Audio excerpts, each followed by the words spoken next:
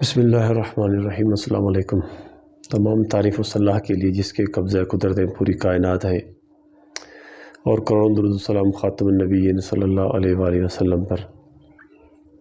یہ جنگ بدر کا موقع تھا۔ کفار اور مسلمان دونوں جنگ کی تیاری میں صفیں سیدھی کر رہے تھے، تو حضرت عبد الرحمن بن عوف کھڑے تھے، اس کے ساتھ دو چھوٹے بچے تھے جو جنگ میں شریک ہوئے تھے۔ تو حضرت عبد الرحمن بن عوف یہ سوچ رہے تھے کہ کاش میرے ساتھ کوئی نوجوان کھڑے ہوتے یا کوئی بڑا آدمی کھڑا ہوتا جو میرا دوران جنگ میں بھی اس کی مدد کرتا اور وہ بھی میری مدد کرتا۔ تو اتنی دیر میں چھوٹے بچے نے ایک نے آواز دی اور پوچھا، چاچا ان لوگوں میں سے ابو جہل کون ہے؟ تو حضرت عبد الرحمن بن عوف ان کی شکل دیکھ کے حیران رہ گئی، ابو جہل کا پتہ کیوں پوچھ رہے ہیں؟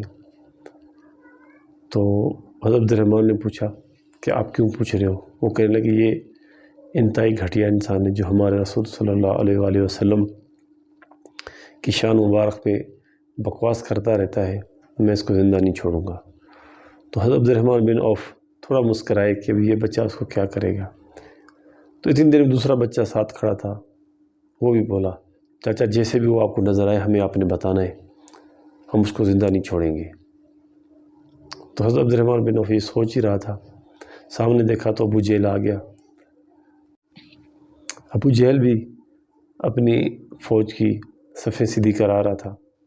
تو حضرت عبد الرحمن بن عوف نے کہا، یہ جو شخص گھوڑے پہ سوار ہے جو اپنی فوج کی صفیں سیدھی کروا رہا ہے، یہی ابو جہل ہے۔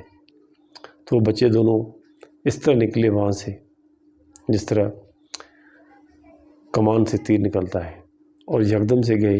ایک بچے نے گھوڑے کی ٹانگ پر حملہ کیا اور دوسرے نے ابو جہل کی ٹانگ پہ حملہ کیا، کیونکہ وہ گھوڑے پر سوار تھا تو اس کے اوپر حملہ کرنا بہت مشکل تھا۔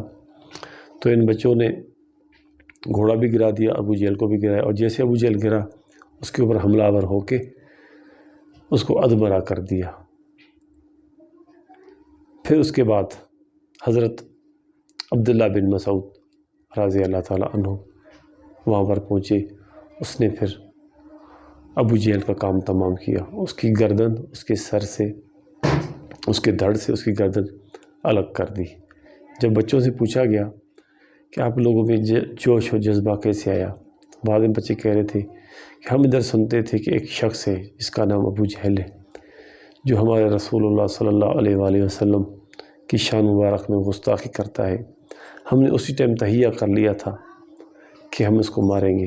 ایک بھائی کہتا تھا نہیں میں ماروں گا، دوسرا کہتا تھا نہیں میں ماروں گا۔ وہ دونوں چھوٹے بچے آپس میں بھائی تھے۔ پھر ان دونوں بھائیوں نے اکٹھا حملہ کر کے اس کو نشان عبرت بنا دیا، جس طرح اللہ تعالیٰ نے نمرود کو نشان عبرت بنایا تھا، جس اس کے ناک پہ مچھر گھس گیا تھا، جب اس کو جوتے مارتے تھے تب جا کے اس کو سکون آتا تھا۔ تو یہ بھی اتنا بڑا کافر تھا جس کو اللہ تعالیٰ نے دو معصوم بچوں کے ہاتھوں سے مروایا اور اس کو دنیا اور آخرت میں شرمندگی دلائی۔ دنیا میں اس کی شرمندگی ہوئی اور آخرت تو اس کے لیے ٹھکانہ دوزخ ہی ہے۔ امید ہے آپ لوگوں کو آج کی ویڈیو پسند آئی ہوگی۔ انشاءاللہ اگلی ویڈیو ملیں گے۔ اللہ حافظ۔